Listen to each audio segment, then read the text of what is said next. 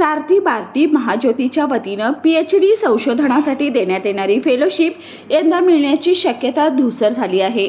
आधी पेपरफुटी व नंतर आचारसंहिता याचा विद्यार्थ्यांना फटका बसण्याची शक्यता आहे। राज्य सरकारने याबाबत ठोस निर्णय घेतला नसल्याने विद्यार्थी शिष्यवृत्तीपासून वंचित राहणार असून आर्थिक अडचणीत भर पडली आहे। 2023च्या बॅचला सरसकट फेलोशिप नोंदणी दिनांकापासून मिळावी यासाठी राज्यभर आंदोलने झाली। मंत्रिमंडळाच्या बैठकीमध्ये एकदाही फेलोशिपचा विषय चर्चेला आला नाही। उलट राज्य सरकारने 2 वेळा परीक्षा घेतली। पहिल्यांदा 2019चे पेपर जसाचा तसा दिला, दुसऱ्या वेळी सीलबंद नसलेल्या झेरॉक्स प्रति प्रश्नपत्रिका म्हणून दिल्या गेल्या।